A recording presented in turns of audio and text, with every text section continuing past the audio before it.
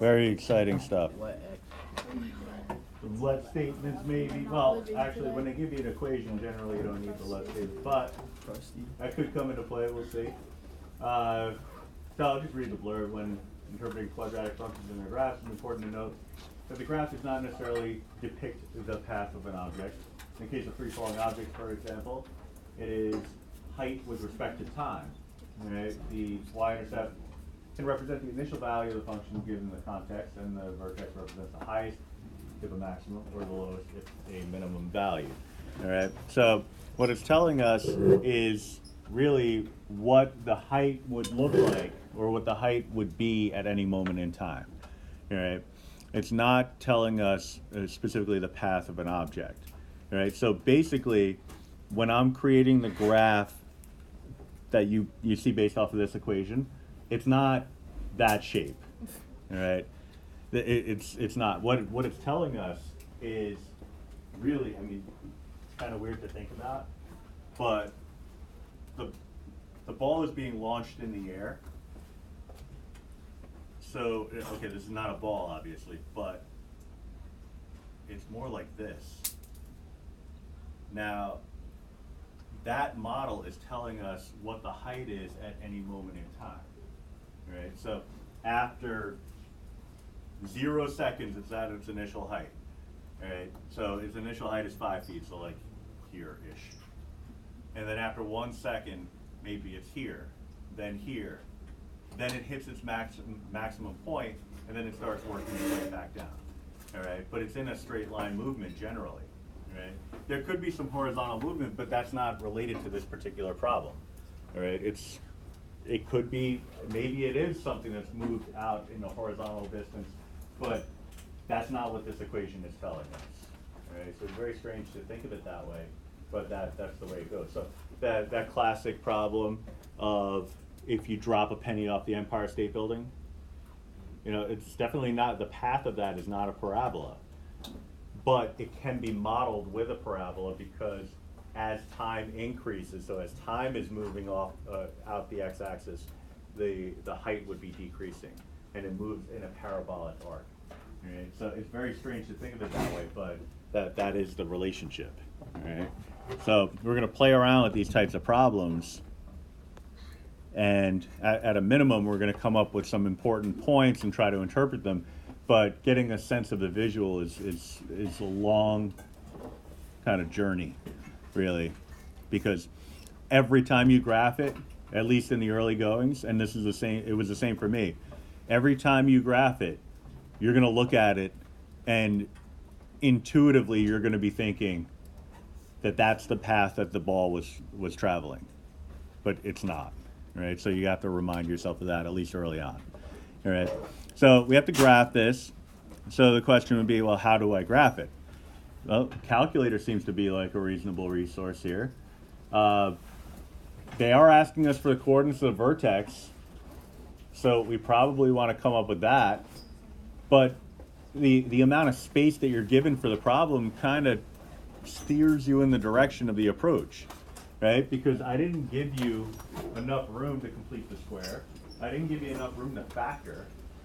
So it's really telling you to grab your calculator, put the equation in, and see what's going on. The most annoying thing I would say about this is that the idea that this equation is in terms of t, and I'm telling you that that does not represent a horizontal distance, but then I'm going to turn around and use x in my calculator, which typically represents a horizontal movement. All right, that's only because we don't have the t variable doesn't work in this context.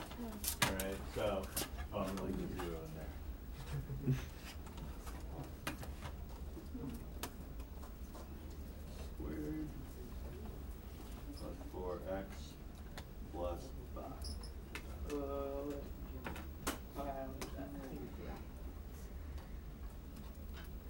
right, so I'm going to go into my table, take a look, see what's going on.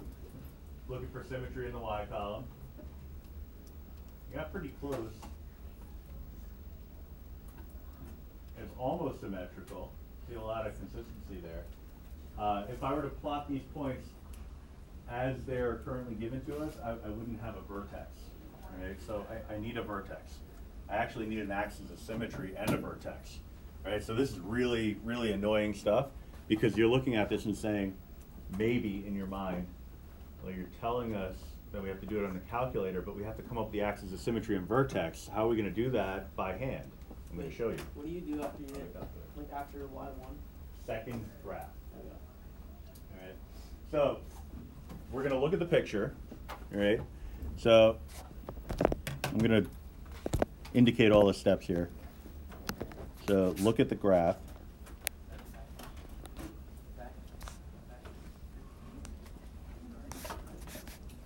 Is it opening up or down?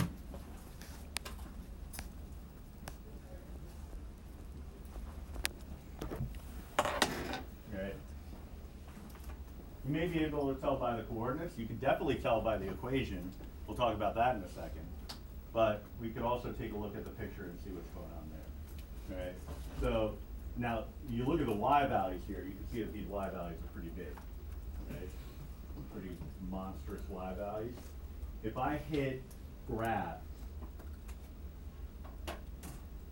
that's kind of a problem, right? Doesn't really show me everything I need. Window is a good resource. Hit the window key.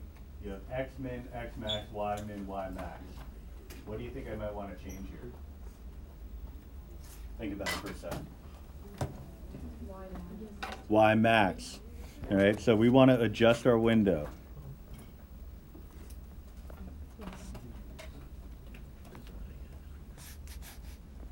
to fit the graph. All right, so I want to make my y max, my highest y value, something bigger. What value do you have in mind? 100. 100? Sure. Then hit graph.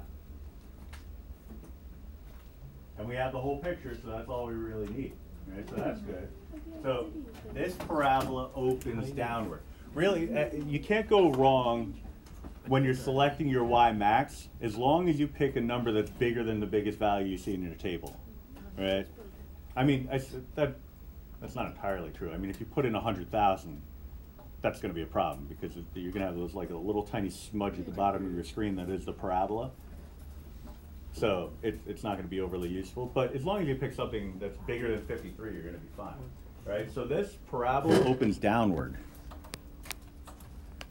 All right? So that's telling us that we're going to have a maximum. All right? So the vertex is going to be a maximum. And that's important information because of the technique I'm about to show you. All right? There's actually a few different techniques for this. I'll try to keep it simple though. If you hit second trace brings you into a calculate menu. There's a bunch of different options there. Second trace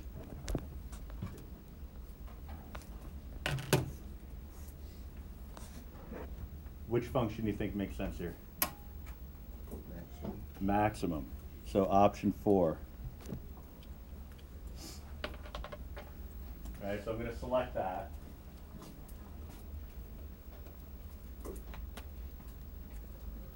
It asks us for a left bound first. Right? Now you got to understand what the terminology means. And this takes a little getting used to, but once you get used to it, it's going to carry over all the way through calculus. You'll be able to use this technique over and over again. Right? So get good with it now, and it'll pay off for you. Right? It'll help with multiple choice questions, definitely, because this technique will always get you the vertex without having to do any algebra whatsoever. All right? So a left bound means I need to select a point that I know is to the left of where my vertex is. See the blinking cursor there? Right at the origin? Or it seems to be anyway? Or it's at 0, 5 actually. Would you agree that that's to the left of where the maximum is? Yeah, right? Well, here's the maximum that's to the left of it, right? So hit enter. Confirm that that's a point to the left of the maximum. Get a point that's to the right of the maximum. It does not matter where. All right, so you want to go a little bit to the right or a lot to the right, it doesn't make a difference. Once you know that you're to the right of where the maximum point is, hit enter again. You'll see two little triangular, well, they're supposed to be arrows, but they don't really look like it, pointing inward. You're telling the calculator that the maximum that you're looking for is in that interval. Right? The reason why you need to tell the calculator is because some functions have many maximums, or maxima. In those cases, the calculator will get confused, and it won't know which maximum you want it to compute. Right? So here you're limiting the domain, so it's focusing only on the area that you care about. Right? Then it asks very mathematically for a guess, which just means get as close as you can to the maximum, or where you think the maximum is, scrolling left or right, and then hit enter a third time. So left, right, center. All right. These are approximations, and understanding the way the calculator does things is really important. The calculator is desperately trying to tell us that this is 2.5. It just doesn't have the vocabulary. Right? If you ever see something like 1.999999999, it's trying to tell you 2. Right? Here it's trying to tell you 2.5. The y value is very clear, it's 55, but it just gave you the vertex without you doing any algebra whatsoever. The vertex is 2.5 comma 55.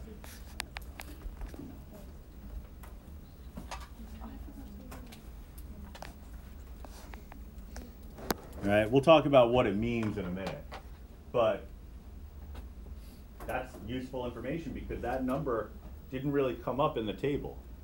I mean, you might have gotten a sense of the 2.5 because based on the table, it looked like wherever the vertex was, it was going to be between 2 and 3.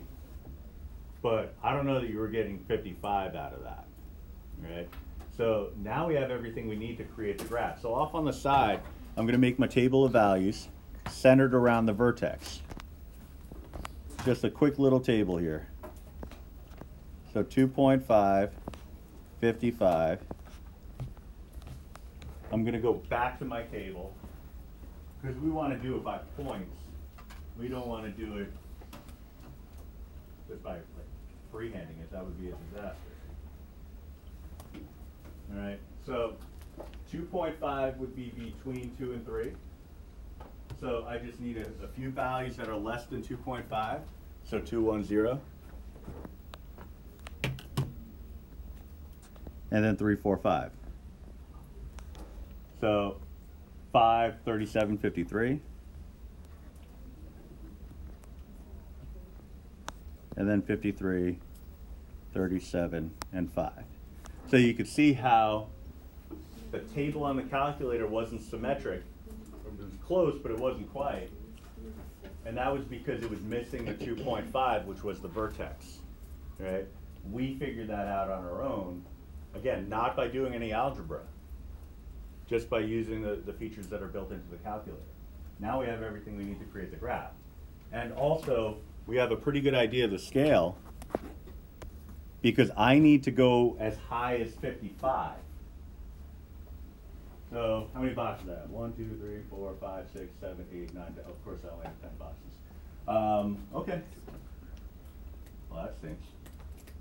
I wanted to scale by 5s. Typo bonus opportunity. Can we just add another one? That's what we're going to do. The boxes should be more. There should be 11 vertical boxes.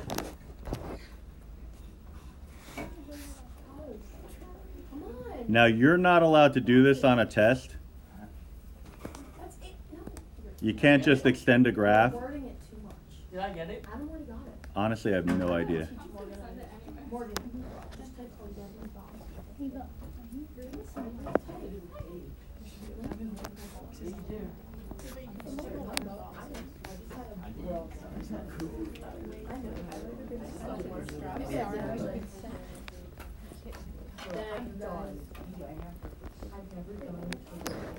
All right, you can't do this on a test.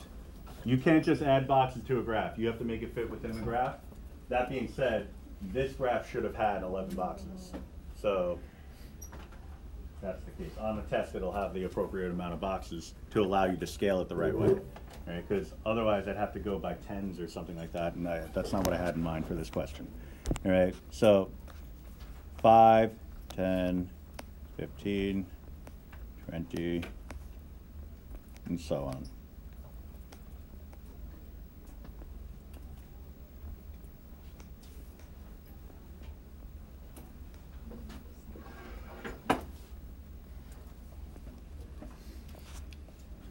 All right. Now, for the x-axis, we're fine there. We're just going out in integer values or whole number values. So I don't have to label those because I'm not changing the scale. All right, so 0, 5 is a point. 137, we have to eyeball that. Now, 37.5 is halfway between 35 and 40, so a little smidge shy of that. 2 is 53, so a smidge north of the halfway point between 50 and 55, so like right here. Then 2.5 gets us to 55, then back down.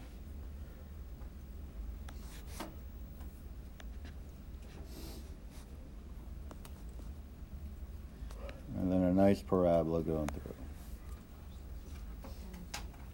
Ah, shnikes.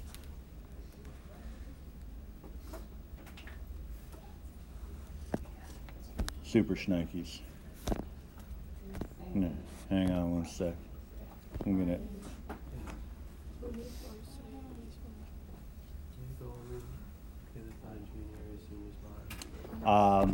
Well, I can't draw, as you all know, so this is clearly a challenge for me. Come on, get. Oh. All right, I'm living with it. I'm just living with it.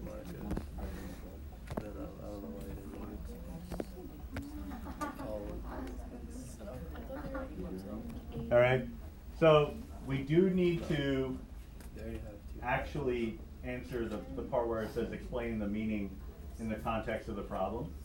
All right, the vertex. And I'm just going to kind of write it off on the side here because I stole my own room here. The vertex, again, was 2.5 comma 55. Is tells us that the ball reaches its maximum height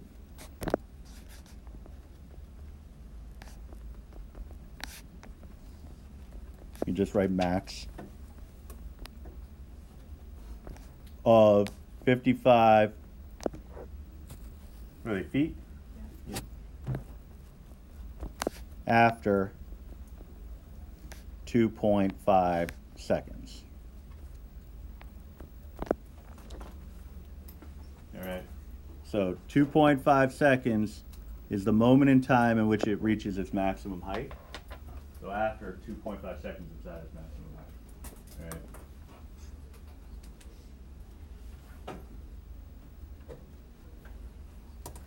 But again, what do we do by hand here? I mean, the only things that I really wrote were for the purpose of note taking. I mean, I got the table of values. I recorded that just so I had something to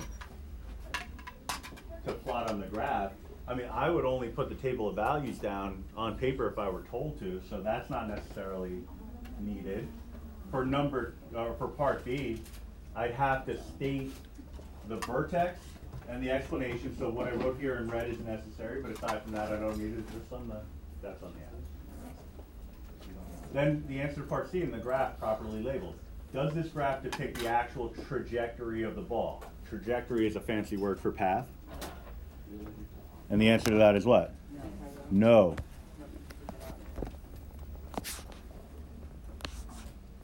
Graph, the explanation, graph only relates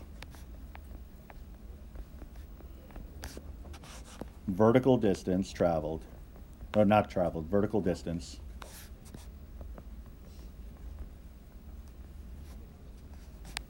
over time. You could also say Instead of distance, you could say position.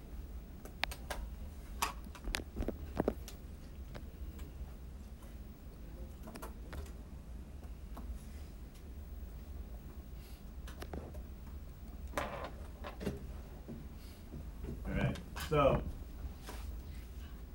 these are some things that you're going to be on the hook for. And really, it's something to be mindful of, because really it's not just a matter of creating the graph, it's a matter of explaining what it means in context. Right? So I put a piece of chart paper up on the side board there. It started off with comparison words, but I'm going to add some more words to it just so you can kind of have a sense of what words I'm looking for when I'm talking about explanations for stuff like this. So I'll do it later when you guys are doing independent practice, but really we're looking for, maximum, minimum, distance, position, things like that. Those words should be in your explanations, all right? But I'll put them up on the board. And I have no intention of taking those charts down. So during a test, for example, if you need some inspiration when you're writing an explanation, you could look to the sideboard and you'll be able to see the keywords. Right? I'm not gonna put definitions up there or anything, but sometimes when you're writing a conclusion, you kind of grasp for the right word, and so if that's the case, then you might look to the sideboard. So, but I'll get those up there in a little bit. All right, second example. Ava kicks a soccer ball during a game. The height of the ball in feet can be modeled by the function. Okay, so similar idea, where x is the time in seconds after she kicks the ball. All right. So the height of the ball, it's the same idea. Height over, where x is the time in seconds, so the height over time. So it's still that idea where it's relating height and time. Now, I don't know too many people who kick a ball vertically in the air. So this doesn't seem like something being thrown directly up in the air or just dropped. This seems like something that actually would move horizontally. But this formula, this particular equation, does not account for horizontal movement. It's only addressing the height of the ball over time. So I'm basically ignoring its horizontal position. I only care about, right, it's 6 feet in the air at this moment. It's 5 feet in the air at this moment. It's 3 feet in the air at this moment. It's on the ground at that moment. I needed that. Sorry. The other pen I could do without. This one. I just needed an excuse to use my grabber. That's sick. Yeah. So the graph of the function. Negative 16x squared. So if you were iffy on the calculator process, this is an opportunity for you to kind of get it down. Wait, chill. Negative 16x squared plus 48x.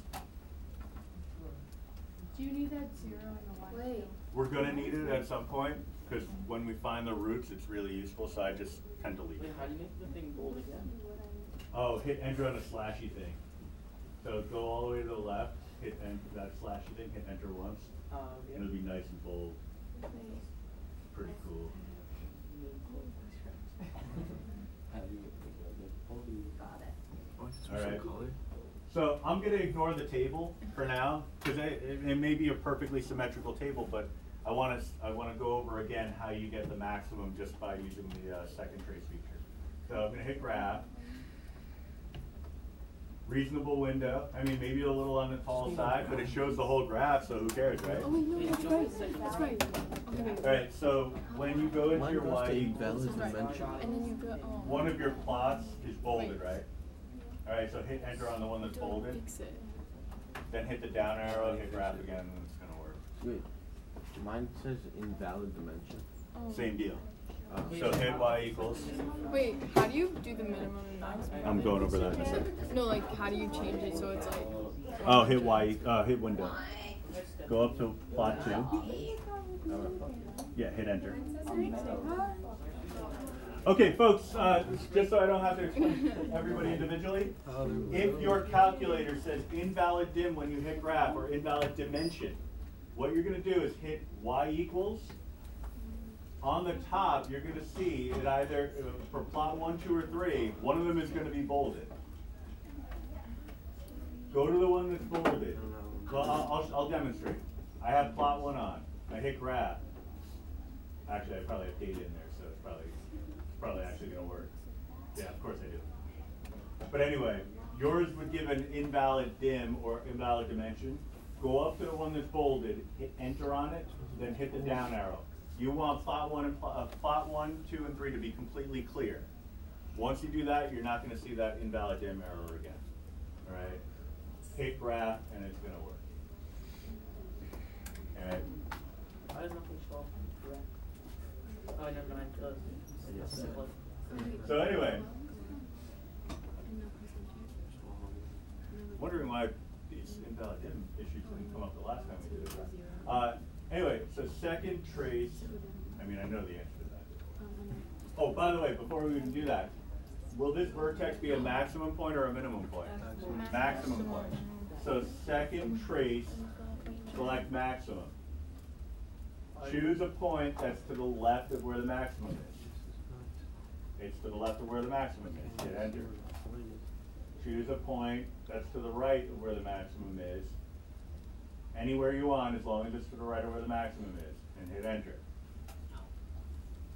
Then go to the highest point on the graph. As close as you can get to it, hit enter again. That vertex is what? 1.5.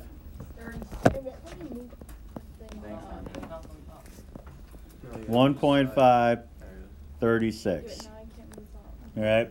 So the question asks for us to find the maximum height of the ball and how long it takes to get to to reach that height. So I use the side one to move off. the ball reaches a max height See, I couldn't get that. of 36 feet after 1.5 seconds. All right.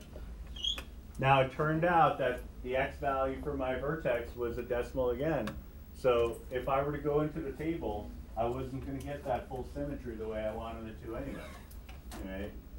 But I do need some more points in order to create the graph. So let's go into the table, second graph. Get as close to being symmetric in the y column, the y1 column as you can. Probably around right here. See, we're looking at almost a symmetrical situation. But it's clear that we're going to get to our highest point somewhere between 1 and 2. Right? So we'll make our table of values based off of that. And again, creating the table of values is optional because it only said graph the function. It didn't say make a table of values and graph the function. So 1.536 should go in the middle. The first value less than 1.5 is 1. So 1, 0, negative 1, and then 2, 3, 4. So negative 64, not plotting that. 0, 32. And then 32, 0, negative 64. So I'm going to toss the first one and the last one. Why would that be the case? They're negative. They're negative. Why would negative be a bad thing in this case? I mean, Ball can't be a negative height. right, because Ava would have to be like this really diesel soccer player to kick it 64 feet below the ground, right? So, like the amount of power, first off, she'd have to start 64 feet below the ground 1 second in the past, so time travel involved, of course. And then 4 seconds later, the ball would have to hit the earth with such an impact that it would go 64 feet below the surface of the earth. I mean, I've met her, so she's legit, but 64 feet below ground? That's insane. All right. So 36 is my max height. I want to scale my graph because obviously I'm not going by ones. What would be a reasonable scale factor here? 2. Could go 6s. Can we get to 5. 4? I think. Yeah, 2s. I still don't think we have enough if we go 2s. We only get to 20. But if we look at 36 and 32, they're both divisible by 4, right? So at least we'll get clean points. So 4, 8, 12, 16, 20, 24, 28, 32, 36. Now on my x-axis we're good. Well, actually it's the t-axis, but still. 0, 0. That's an easy one. We have 132, clean point. 1.5 is going to get me to my 36. That's like right here.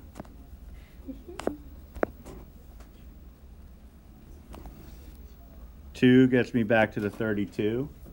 And then 3, I'm on ground level. All right, so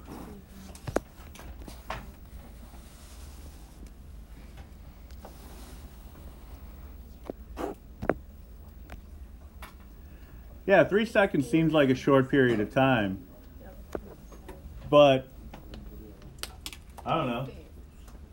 Kick a soccer ball and clock it. I don't think it's going to be in the air too long. I mean, I watch a lot of football, and I know that when they do the kickoff, sometimes in the upper right-hand corner of the screen they have the hang time. They do the same thing with punts. And if it makes it more than 4 seconds in the air, that's only because it's gone like 75 yards. Like it's definitely a lengthy kick when that happens. Now, if you can imagine yourself kicking a ball 75 yards, then you can probably imagine it hanging in the air for 3, 4, 5 seconds. Right? So this would actually be a fairly lengthy kick. All right. So, and also, going 36 feet in the air. That's not too shabby, yeah. So that's definitely the height of the building. Because this is 9 feet, there's 2 stories. That, there's some space in between the floors. Oh, actually, no, we're in A building. So we're on the top floor. So it wouldn't be from here, it would be from the other side. But that's about 20, 22 feet we're looking at. So if you're standing out by the buses, it would be about 16 feet or 14 feet above the height of A building. That would be a height that this would reach. So definitely a towering kick. Very impressive. Then I'll call it at that point. Obviously, the interpretation here is very important. The algebraically part is what it is. What do you think it means by determine how long the volleyball is in the air? The maximum point, like to the maximum point. That's a good thought, and you could actually. When it leaves this person's hand, when it gets like between when it like makes contact to like when it makes contact again. Right. Yeah. So. When it crosses the X or something, when it crosses the void. Yeah, you're talking about the height of the volleyball. It looks like it's at ground level to begin with, which is weird, but whatever. So if it's in the air, it has to not be on the ground, right? That's the idea. So we're talking about, we got 2 roots.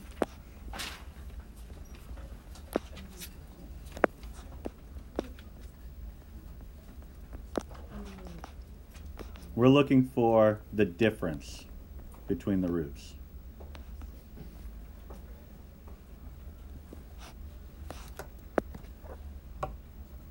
All right, because this would be the moment in time in which it starts its journey.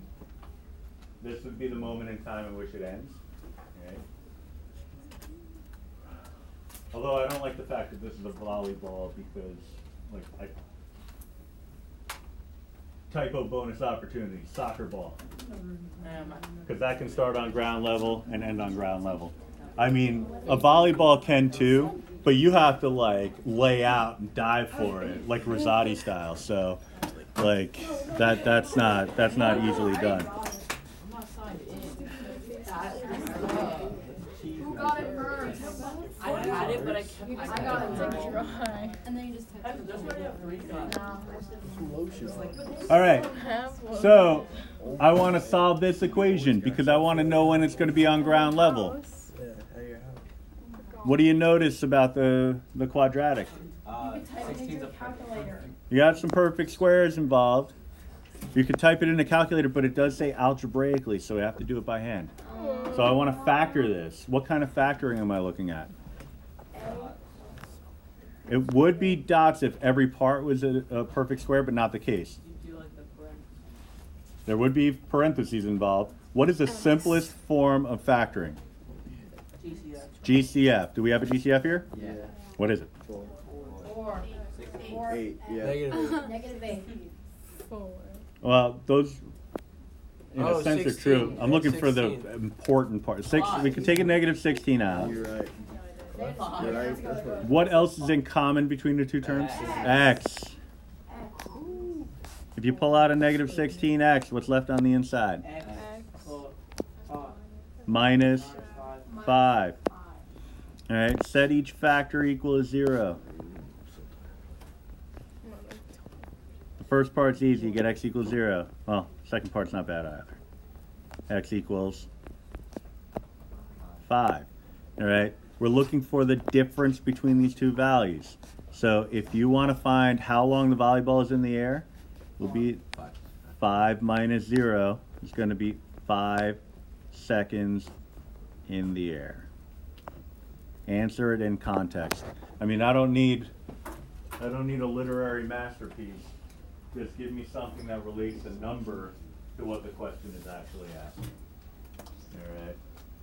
So we did 2 examples where you had to create the graph and you were looking for a vertex, and we did an example where you're looking for the roots.